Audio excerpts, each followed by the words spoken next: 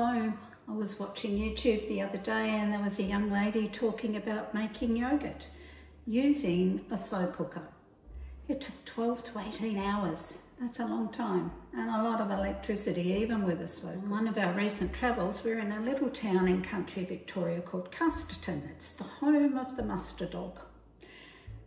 We went into the op shop as we often do in country towns or the thrift shop, and for $2, what a bargain, this brand new, still in the box, EasiYo yogurt maker. Now, if you haven't seen them, they're just a insulated pot, has a little stand in there that gives you an indication of where to fill it up with the hot water, and the yogurt pot and a couple of lids, and really that's all there is to it. So I'll show you how I make my homemade Greek yogurt. Now in this pot, I have 700 mils of milk. Fresh milk, not long life or UHT milk. And all you need to do is bring the milk, not boiling, but just frothing. You can just see tiny bubbles along the top, and you can just see a bit of movement in here. So it's almost ready. The other thing I put in the milk, and this is personal preference and it's not necessary, but I like to add half a teaspoon of unprocessed honey. It just gives it a bit more flavour. And this is also full cream milk. And it's just about ready to come off the stove, off the heat. So I'll turn that off now because you can just see it frothing up along the edge. And that's all you need. Some people use a thermometer. I don't have one for cooking. And this has worked for me as long as you keep an eye on it and just get it to that time when it's just frothing around the edge and a bit of movement, but not boiling. Then we set it aside to cool, and it doesn't need to be cold, just cooled down. So now, the milk's cooled. This is my yogurt from my last batch. And I like to put in 2 good dessert spoons, or it could be 2 flat tablespoons. I think they advise in the book. Give it a good stir because you want it really mixed up well.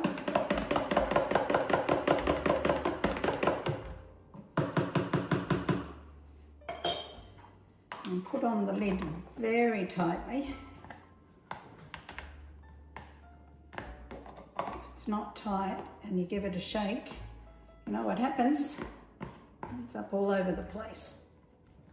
Nice and tight. Give it a shake to make sure it's mixed in really well. I put it in a glass jar once it's ready. You need to make sure it's sterilised and clean. We just boil the water, fill this, pop this in and leave it for 8 hours, and you don't move it. All right, time to fill this with boiling water. Stand back because it does spurt and bubble. And you certainly don't want any splashing up in your face. Just to the top of that beveled stand. Let it sit for a minute because it does settle a bit.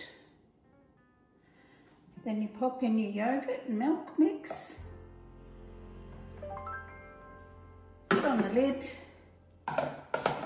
and leave it for 8 hours. In 8 hours it will still not be quite set, so put it in the fridge overnight. And then the next day what I do, personal preference again, is strain it. I prefer my Greek yogurt not to be too watery or runny, so once I've made a pot full, I strain it. It's easy to strain, just need a funnel, jar, a couple of filters. These are just coffee filters. I put in 2. And what you strain off the yogurt is whey. And the whey can be used in the garden. Or mixes it with some water and uses it as a fertiliser. And we have chickens, or you can give the whey to the chickens, and the chickens love it. It's very good for them. So only about half of it fits in the filter. I just put it back in the fridge and leave that to drain. And then when it's done, I put it in a sterilised glass jar, and that's my Greek yogurt. Enjoy. Well, I hope you enjoy your homemade Greek yogurt. God bless.